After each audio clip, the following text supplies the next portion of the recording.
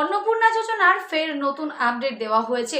সেই আপডেট অনুযায়ী জানানো হয়েছে, যদি কোনো মহিলা এখনো পর্যন্ত অনলাইনে আবেদন না করে থাকেন বা অনেকে অনলাইনে আবেদন করেছেন, সেক্ষেত্রে অনেকের টাকা এখনো পর্যন্ত ঢোকেনি, এবং যারা আর্থিক সমস্যার কারণে এখনো যে কোনো অনলাইন দোকানের মাধ্যমে গিয়ে আপনারা কিন্তু অন্নপূর্ণা যোজনার ফর্ম ফিল আপ করতে পারেননি, সেই ক্ষেত্রে নিজেরা নিজেদের মোবাইল ফোনের মাধ্যমে কিভাবে আবেদন করবেন এবং তার সাথে আপনাদেরকে স্টেপ বাই স্টেপ সম্পূর্ণটা বুঝিয়ে দেবো। যে আপনারা যদি আপনাদের হাতে বড় কোনো স্ক্রিন টাচ ফোন থেকে থাকে বা কোনো স্মার্টফোন থাকে, সেই ক্ষেত্রে কিন্তু আপনারা নিজেরাই নিজেদের মোবাইল ফোনের মাধ্যমে এই অন্নপূর্ণা ভাণ্ডারটিকে আপনারা নিজেরাই আবেদন করতে পারবেন।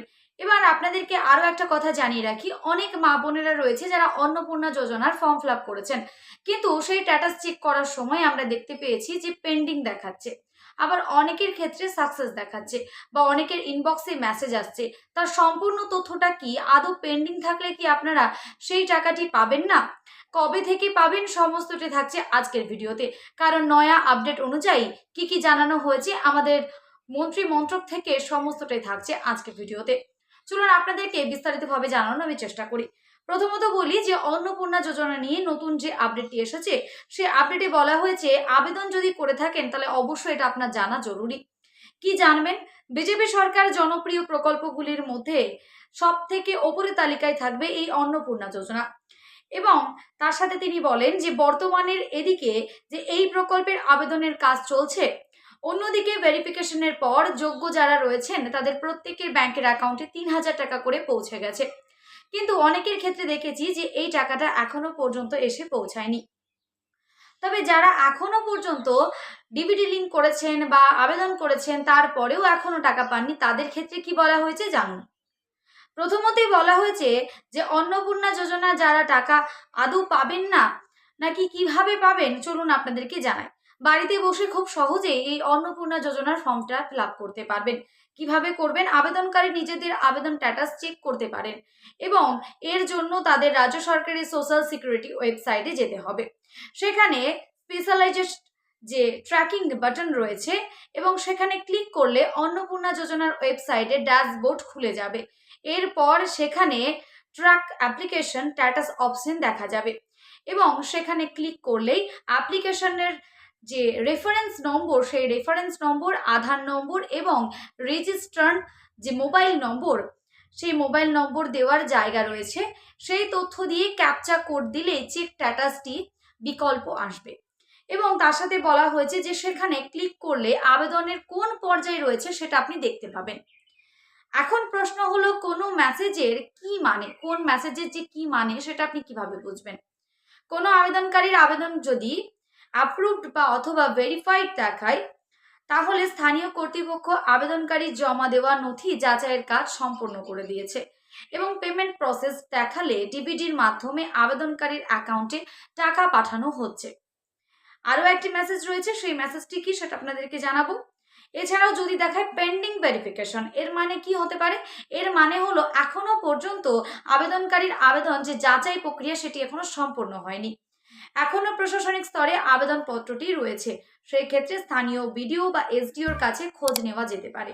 কিন্তু যদি রিজেক্ট দেখায়, এর মানে হলো আবেদন বাতিল হয়ে গিয়েছে, অর্থাৎ সেই আবেদনকারীর অন্নপূর্ণার যোজনার 3,000 টাকা পাবেন না। এদিকে আগের তৃণমূল সরকারের চালু করা যে লক্ষ্মীর ভাণ্ডার প্রকল্পটি ছিল, সেই প্রকল্পের জায়গায় অন্নপূর্ণা যোজনা এসেছে। ইতিমধ্যেই লক্ষ লক্ষ যোগ্য আবেদনকারীর অ্যাকাউন্ট প্রথম কিস্তির টাকা পৌঁছে গেছে। আগামী 1 জুলাইয়ের ফের একটি কিস্তিও পাঠানো হবে বলে জানানো হয়েছে। এবং তার সাথে আরও বলা হয়েছে যে আপনারা দেখতে পেলেন যে পেন্ডিং, যদি কারোর পেন্ডিং থাকে বা আপনাদের পেন্ডিং ভেরিফিকেশন দেখাচ্ছে, বা আপনাদের হয়তো অনেক সময় যে ক্যান্সেল দেখাচ্ছে, বা অনেক সময় আপনারা রিজেক্টেড দেখতে পাচ্ছেন, সেক্ষেত্রে কি হবে? যদি কারোর পেন্ডিং ভেরিফিকেশন থাকে সেক্ষেত্রে কোনো সমস্যা নেই, কারণ বিডিও বা এসডিওতে এখনো পর্যন্ত আপনার আবেদনপত্রটি থেকে গেছে। ধীরে ধীরে আপনার আবেদন প্রক্রিয়া হবে এবং আপনারও সেই টাকাটা পৌঁছে যাবে। কিন্তু যদি রিজেক্টেড দেখায় সেক্ষেত্রে কিন্তু আপনাদের অনেক বড় সমস্যা, কারণ রিজেক্টেড দেখালে আপনি কিন্তু 3,000 টাকা পাবেন না। এবং যদি আপনার অ্যাপ্রুভ দেখায় তাহলে তো খুবই ভালো, তার মানে আপনার সমস্ত ভেরিফিকেশন কমপ্লিট হয়েছে। ওপরের স্তর থেকে নিচের স্তর পর্যন্ত যতজন রয়েছেন এই আধিকারিকরা, তারা সম্পূর্ণটাই করে ফেলেছেন কাজ, এবং আপনারা 3,000 টাকা পেয়ে যাবেন। আশা করি বুঝতে পারলেন যে কোন মেসেজের কি মানে হতে পারে স্ট্যাটাস চেক করার পর। তাই অতি সত্বর যারা যারা অন্নপূর্ণা ভান্ডার ইতিমধ্যেই আবেদন করে ফেলেছেন অনলাইন অফলাইন যে কোনো জায়গায়, অনলাইনের মাধ্যমে যদি নিজেরা নিজেদের মোবাইল ফোনের মাধ্যমে স্ট্যাটাসটি চেক করতে পারেন, আমি স্টেপ বাই স্টেপ আপনাদের বোঝালাম, সেইভাবে যদি করতে পারেন, করে দেখতে পারেন, বা অথবা অনলাইন দোকানে যে কোনো অনলাইন দোকানে গিয়ে দেখতে পারেন। যদি আপনাদের এগুলোর মধ্যে যে কোনো একটি দেখায়, সেক্ষেত্রে আমি তো আপনাদেরকে বুঝিয়ে দিলাম যে কোন মেসেজটির কোন মানে।